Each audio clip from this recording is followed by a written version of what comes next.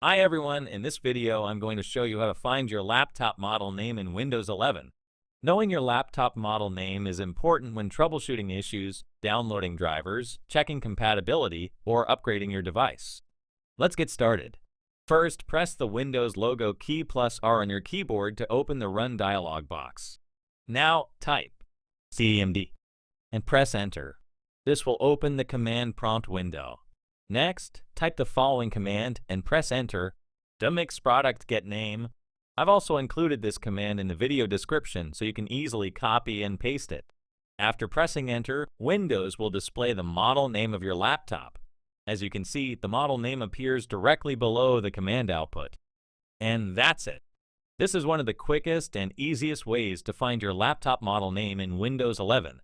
Thanks for watching, and don't forget to like the video and subscribe to the channel for more Windows tips and tutorials.